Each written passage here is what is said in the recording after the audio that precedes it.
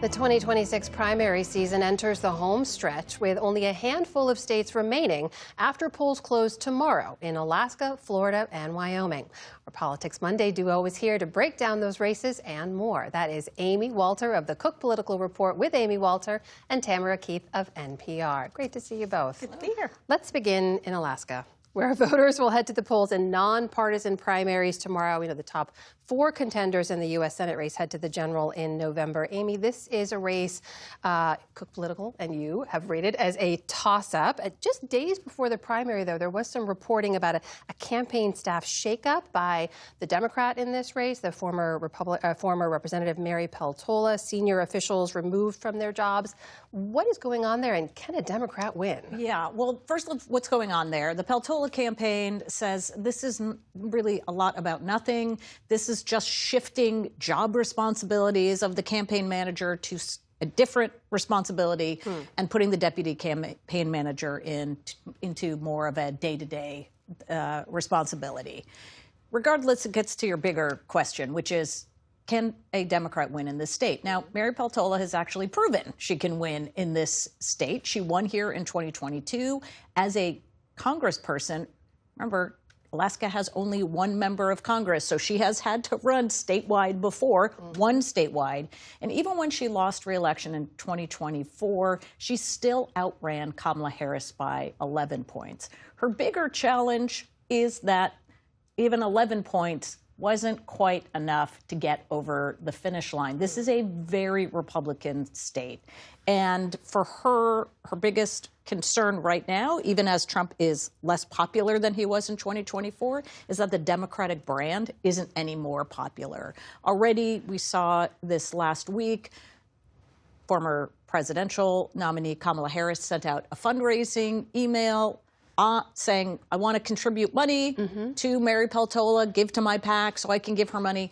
The Peltola campaign said, yeah, thanks, but no thanks. We don't really want to be associated with those on the lower 48 who have a Democratic big D label attached to them. Meanwhile, on the Republican side, Tam, I know you're following this drama around the Dan Sullivan. This is a phrase I believe you coined. Here, 2 Republicans, one is, of course, the incumbent Senator Dan Sullivan. Both are on the ballot. What are you watching for here, other than confusion on the Right. So there is Dan J. Sullivan, a retired teacher and Forest Service employee, and Dan S. Sullivan, the senator for the state. And they are both Republicans who will be on the ballot. Now, it's a top 4 primary, so it is quite possible that both Dan Sullivan will make it through to that general election, which then has ranked choice voting. There's actually been all kinds of interesting shenanigans in this race with outside super PACs spending money to boost basically novelty campaigns and various other people who are also on the ballot in an effort to try to game this. But because it is a top 4 primary and because it then becomes ranked choice voting, there's just less gaming to actually successfully do in this race. Let's turn now to Florida. I know we've been reporting here and you've been following the Republican Congressman Corey Mills' re-election campaign. He's being investigated by the House Ethics Committee, allegations of campaign finance violations and domestic violence. And Amy, all of that has led Florida Governor Ron DeSantis to say he is not backing Corey Mills in this primary. This should be a safe Republican seat. Does that change if Mills wins? I think it absolutely changes if Mills wins. Now, this is still a very red seat. Trump won this district by 12 points. But Trump is much less popular, even in Florida, than he was back in 2024. And you also have 2 members of the Florida delegation. It's not just Ron DeSantis. It's 2 Republican members of the delegation also endorsing against their colleague.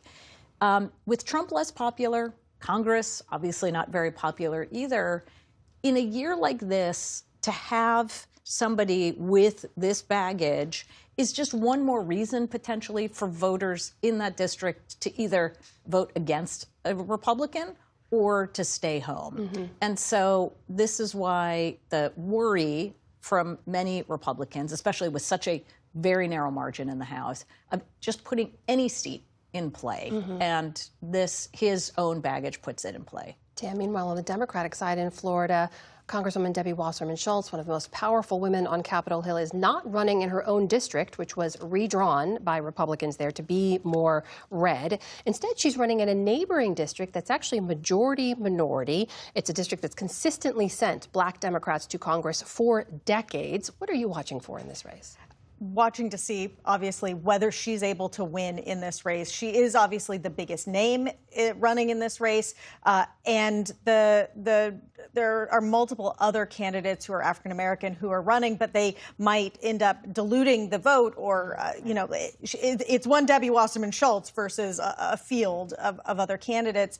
This is not the only seat that had been or has been held by a Black member of Congress that may ultimately not be held by a Black member of Congress anymore. The Congressional Black Caucus is expected to shrink because of this Supreme Court decision that threw out part of the Voting Rights Act and led to a scramble of southern states redrawing district lines to basically draw out the seats that had been held by Black Democrats. Well, Amy, before we let you go, we saw House Minority Leader Hakeem Jeffries this weekend, even as primaries are still underway, making a prediction about what will happen in the next Congress. He said at least 220 members of the House Democratic Caucus, when, as he puts it, they will take back the majority. Is that number something you're seeing at Cook Political when you run the numbers? Right, so 218 is the bare majority. So what he's saying is they'll have a two-seat, he's guaranteeing they'll have at least a two-seat majority. Now, look, setting the bar low is a classic thing that leadership does, right? So you can say, oh my gosh, look at how far above this bar that we've gone. But I do think he's being realistic in this case as well. The map is very, very small. The redrawing of the lines, especially after the Supreme Court decision, made that field even narrower. Our prediction right now, our range of outcomes are anywhere from Republicans holding the majority by just 3 seats to Democrats holding it by 11. So he's definitely within that range. And a 220-seat majority is the thing that nightmares are made of on either side of the aisle. You do not want to be the leader with that narrow a margin because, well, we've seen what happens. It becomes almost impossible to pass legislation, especially on the Democratic side, where you're going to have a bunch of these DSA candidates who will be DSA members of Congress who may not want to fall in line. Tamara Keith, Amy Walter, great to see you both. Thank you. Yes.